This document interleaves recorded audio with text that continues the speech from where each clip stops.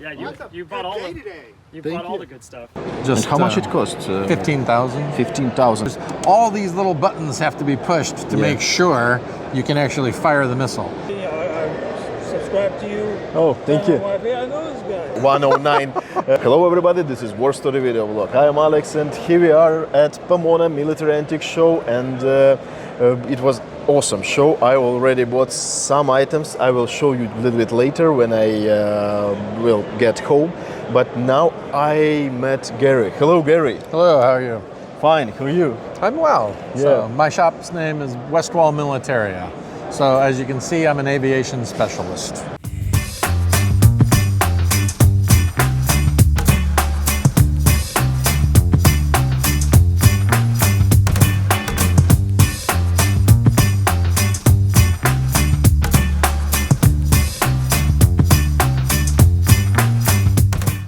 And this is a great table. This is awesome table because now I collect Bf-109 joysticks, control sticks, and I bought here collection of them. It's two joysticks. And Gary, can I ask you to tell us about these items? Yeah, they're both Bf-109G models. So KG-13A is your standard model. They both have the data plates. This one actually has some crash damage, which is kind of cool. So, but you know, standard Messerschmitt 109 fighter. Same thing for this. He's missing his cover, but other than that, same basic model KG-13A. So they use these on the ME-109E, ME-109F, all the way up to the G model. So, but yeah, nice pieces. They're a little difficult to find. And could you tell us about all these buttons? Because I before that just guessed about. So sometimes they will give you. buttons. Sometimes they will give you a clue.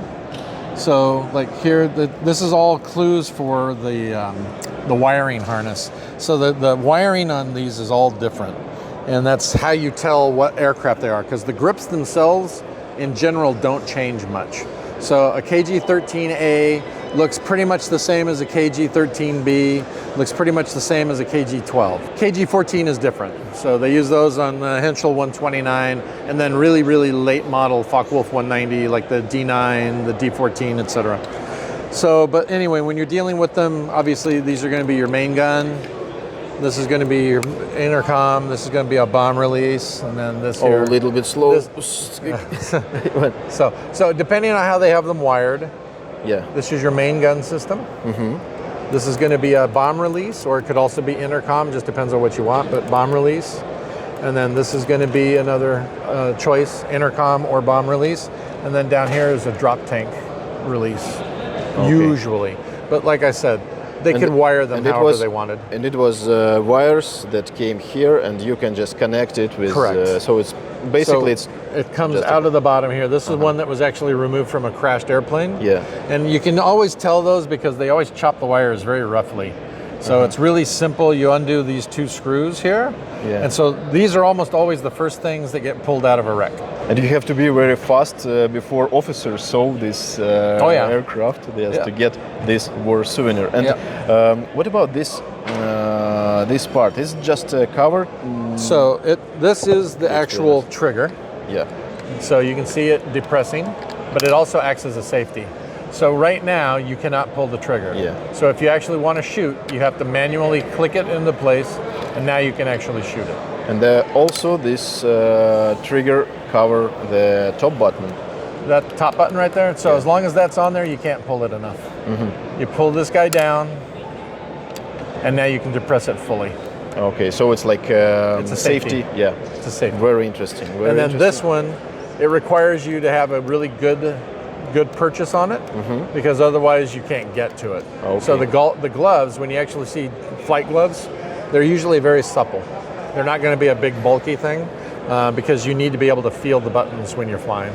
Yeah. So they're always going to be fairly thin. This is a very interesting stuff, and thanks for sharing this information. And all this splinter damage. Splinter damage, that's from being shut down. Yeah, that's very interesting, and probably it's like a really splinter from shells, not most likely from like a 20 millimeter cannon. Yes, because of if it's like Yeah, odds are he got shot down by a Spitfire, like a Spitfire Mark 9 or something like that. And where did you find it? So this one actually came out of a very, very old aviation collection. Very interesting. The collector, he recently passed away, but he had been building up his collection over a period of about 60 years. All those up here? Yeah, I found it here. Jeez. You like it? Wow. Yeah, you bought all the Thank you. the good stuff. Yeah. Wow. Did you actually pick this up today? And what is the difference between these sticks? It's like only condition or Yeah, just condition. Just condition. And then the fact that Yes. the cover is missing. Yes. So the covers on these are really, really hard to find. So if you hadn't bought it, I was going to make one. But this one cheaper than that one, Yes. so it makes sense to buy it. Yeah. Honestly, I would like to buy all of them. But about price, I will ask you after the video. And can I ask you about, because I really love all this stuff, can I ask you about best items on your display here? So F4 Phantom. It's a Phantom. F4 Phantom Charlie model. So that's Vietnam War period. That would have been flying in like Udorn or Tak Ly in Thailand, flying missions over North Vietnam. Really, really, really rare. And how much it costs? 15,000. 15,000 for, for that. this. How it costs? Dashboard? Yeah, well, it's the instrument panel. Instrument and so, panel. but like these pieces here, this is almost impossible to get. These are just by themselves are $2,500. This little section here is almost impossible to get. So it took about 12 years to be able to put this instrument panel together. Oh, wow. So there's a lot of time spent looking for parts. And could you tell us about, for What do example, you want? this? So push this to is all jet? this is all your missile stuff. So jettison. This is push to jettison. So right now it would be off. So this would be your left forward, right wing, left wing. So these are your ordnance points. So they also call them hard points. And so you're now on your right forward. So if you're going to launch it, so you got, this tells you whether it's ready to go or not, and then you got your missile controls down here, arm it, safe, that's your interlock in and out, your radar, so this is your heat to eject, power on, so there's all these little buttons have to be pushed to make sure you can actually fire the missile, which is why they eventually put guns on the F4 Phantom, because the missiles failed at such a high rate. Yeah, that's very interesting for me. And But yeah, see here, that's your launch. So that's going to tell you whether you can launch. And so on your grip. yes, Wow. Yeah, all the SS daggers that they had. 3. Yeah, Yeah, I bought 3. I didn't see Oh, there's a. more minty. yeah. That's what you collect is the minty daggers. Yes, I find it for collectors. Uh-huh. They ask me, and if they want, I can find it. Even a, Oh, so you're like a that's it. specialist. Who, Yes, yes. I like an agent. And this one is like captured box with captured papers. Oh, for Yeah. the dagger. Yes, for yeah, the look, see, 3. it has. That's what we were just Yes. talking about. That's where you send it. Where you just write in Yeah. the box and off Yeah, it goes. and this is a 3 bayonets. It's Wow. when you captured something, you have to register it. Yeah, exactly. And you had to register it. So, and this one is also minty, and the trace of camo. Also Yeah, you here. can see it. And leather. Leather, the intact leather is amazing. Yeah, I have yeah. one that paint's beat up and the leather is like it's still intact, but not as good as that. That's amazing. If you have interest, just contact me. Beautiful. Do you have a card? Instagram, Alex War Story. Alex War Store? Yeah, Do I follow you already? probably. Maybe. And 2 joysticks for Messerschmitt. Also, I bought. Oh, that's a Messerschmitt joystick? Yes. 109? Yes, 109. Wow. Can you see it? You want? Thanks, yeah. That's like, I have the American planes, but this is so different. So bombs and rockets. Yeah. It's Oh pretty my simple, gosh. You were saying Alex War but Alex War Story. Story. Yeah, that's me. Amazing. Beautiful. Museum creator, book author. Wow. So this is the pilot's grip. This is the front seat. It's also For- Phantom. This is F4 Phantom. Wow. And so when you're firing, so this is going to be usually your missile launch, although it depends, like I said, the pilots would modify them however they wanted. So like here, like BF. So yeah, you're flying it. Here's your instrument panel. You've gone all through everything. You've got everything set the way you want. And then when it's time to fire, you fire. Wow. And you press this to do it. But that's why this thing here, this is your control box. They call it a transducer. As you can see, there's a lot of pins. Oh wow, yeah. It's like control box Yeah. for Phantom. It's Yep. the same stuff like here. Correct. Control box for Exactly. So Messerschmitt. you can see the size difference. Oh yeah, yeah. There's much more weapon. Yeah, exactly. Yeah, it has. Exactly. So it's very interesting, and it's very interesting for me because I really like airplane and vehicle parts, Yeah. and all these parts. It's like It's stuff you don't normally see. yes, exactly. And Yeah. why do you start collect all this stuff? So I started collecting when I was 8 years old. And I collected because it's a piece of history that you can hold in your hand.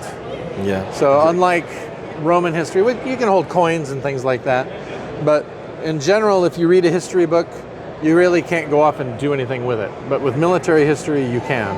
With military history, you can read about a battle that happened, and you can go find a piece from that battle. Like I have an original Civil War Sharps carbine that we know was at Gettysburg. We have the provenance to prove that it was at Gettysburg. That's really cool. Yeah, That was a really major battle in the American Civil War. And so anytime you can do stuff like that, it's really, really a nice thing to be able to do. And that's why I do it. Yeah, that's great. Oh, Yeah. actually, for me the same. Yeah, no, I know. Yeah. Show with Mr. Whitman. Oh yeah. Yeah, so I subscribe to you. Oh, thank you. My wife, hey, I know this guy. But I was just trying to find you. I'm sorry. What was his name? History something? History War Story Military Antiques. War Story. War Story Military Antiques. Yeah. Yeah, well, good to see you over here. What do you think? Thank you. Huh? This is a nice show. Yeah, nice show. I found some items here, and tomorrow will be show in New Jersey. I just booked tickets, and we'll go to New Jersey. Yes, it will be first show in that location, and I am excited to see it. Good to meet you, sir. Okay, be watching. Okay, thank you, thank you. Just met my subscribers, and it's very interesting to get all this feedback. Thank you. Oh, by the way, this one is very interesting. It's $875, and look at that, probably empty. Yes, this is a special box for M24 grenade, and this strap is also quite rare for these boxes. I found them many times in the forest in Leningrad area where I grew up, and look at that. I want to open it. This is a special system to open it.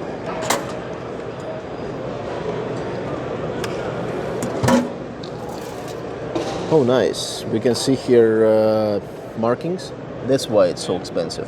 We can see here paper marks, and also we can see special holder for grenades here. Because every grenade should be here in a special layout, how to say it correctly, you will know what I mean, and it should be fixed on their place. This is also very interesting stuff.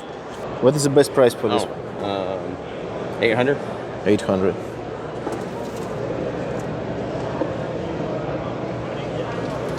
Yeah, what's nice, it has, and it's kind of a rare one because it has, I mean, it's Yeah, and smoke.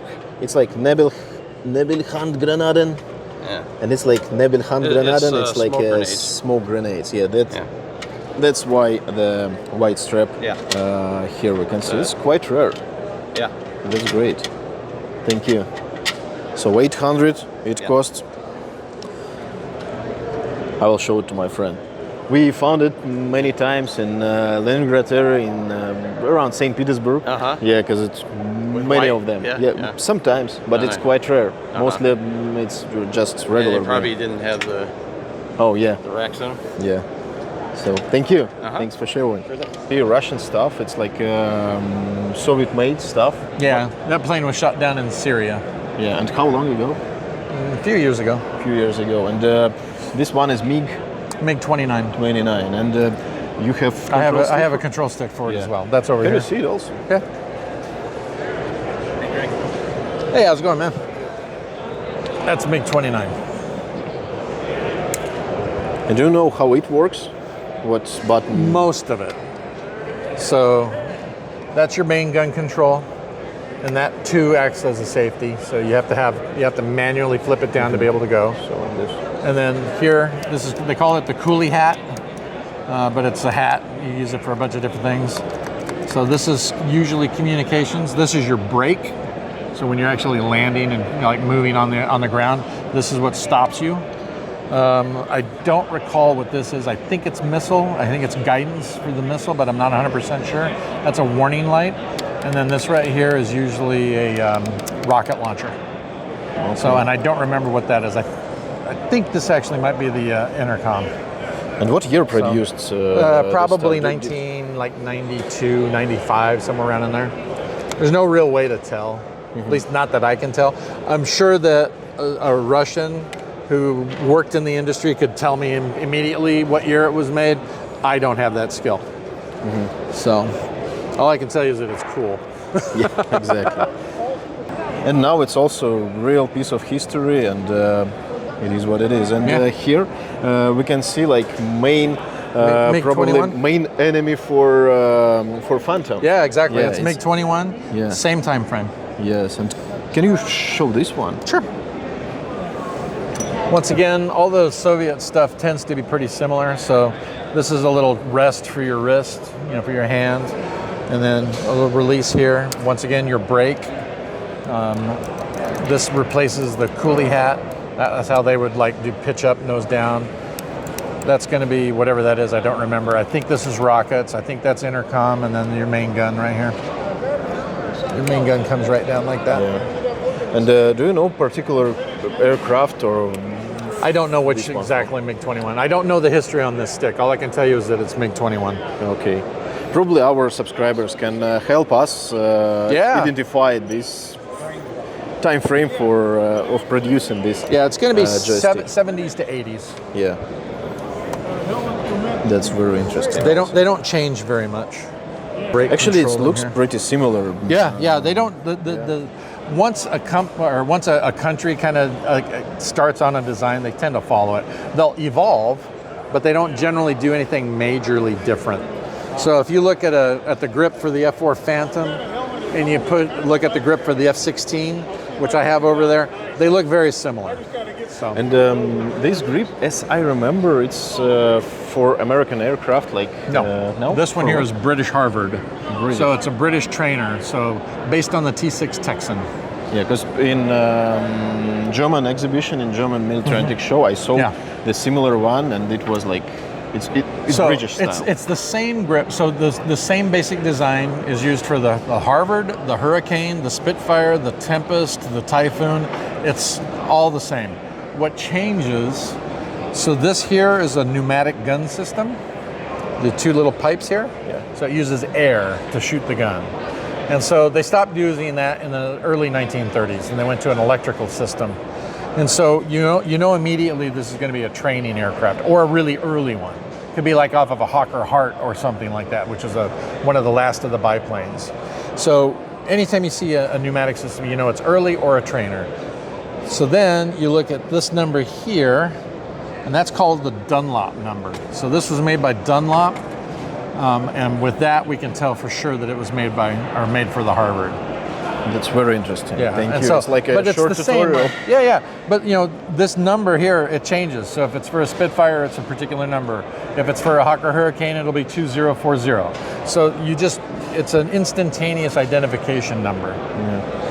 And is the difference? How do we know that those two joysticks for Messerschmitt, not for Focke-Wulf? So the Focke-Wulf used a different grip. So the Focke-Wulf uses what's known as a KG-13, KG-13A-B. KG-13A is Messerschmitt, KG-13B is Focke-Wulf.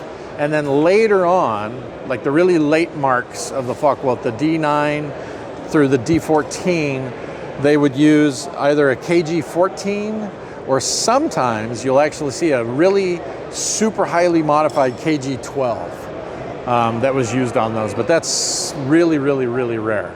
And they changed, when you look at the really late one, instead of this box here, it's just two cables that run straight down. And those are really hard to find. I've only ever had one. That's very interesting. And on your opinion, how many of these joysticks on the market now? Just Under 150. 100 to 150 in the world. Yeah. Yeah. So Yeah. I Which, have when you 70 consider 33,000 Messerschmitt 109s were Yeah. made, Yeah. that's not a high survival rate. Yes, exactly. And actually, I have around 78,000 subscribers on my Russian-speaking Yeah. channel. And 16,000 subscribers Yeah. in English-speaking channel. Sure. If 150 guys want Yeah. to buy it, Yeah. they will completely gone. Yeah. Okay. Yeah, pretty much. Yeah, that's And good that's to know. and that's what's out there available in the whole world. Mm-hmm. That's not even what's for sale. Yeah. So for sale, I think there's probably, now that you bought those two, I think there's probably 4 for Okay. sale. Okay, that's very interesting. Yeah. Very interesting. So in any average year, I figure there's going to be maybe 8 or 9 come up for sale. Okay, and you told you was in Yeah. Russia and you found or bought some items from airplane crashes. Uh-huh. Yeah. And can you share with us this information after probably in next show or something like that? Well, I sold all of that stuff, unfortunately. So But I the wish. story, but Oh, yeah, but you the have a story, story. yeah, sure. Sometimes it's more important. Yeah, well. So, thank you very much. I really you're enjoyed very our welcome. conversation, and I really enjoy your table because I Good. really like this stuff. Yeah, me too. Thank you. You're very Thank welcome. you. It's a pleasure. Safe travels. Thank you. And this is short review of items I found here in this show. This is captured box with captured paper with 3 bayonets on it. Here we can see 2 boot knives. This is a Puma and Luftwaffe one. Small Kriegsflak for Kriegsmarine. Minty canteen. 2 Messerschmitt 109 joysticks or control sticks. This one for G and this one for let me see it, F, and this one is for G. Several daggers, I will show it to you closer. 1 transitional and 2 late production, 1 SA dagger, and what else? This box for ammunition for MG 42 or 34, and all this stuff I found here in California. And tomorrow I will be on a military show in New Jersey. I already booked tickets, and I am heading to LAX and will go there. So let me good luck. Now I am in airport in Los Angeles, and my flight will be in 40 minutes, and in 5 p.m. I will land in Connecticut and will go to the show, so I can visit 2 shows, 2 military antique shows on this weekend, and probably this is my record when I could, like, best result and shortest trip to LA, because I was here probably 26 or 28 hours. But anyway, I can visit 2 shows, and that's really cool. And in the next video I will show you was there something interesting or not. And thank you for watching this video until the end. Thank you for all buttons. Have a good one and see you real soon.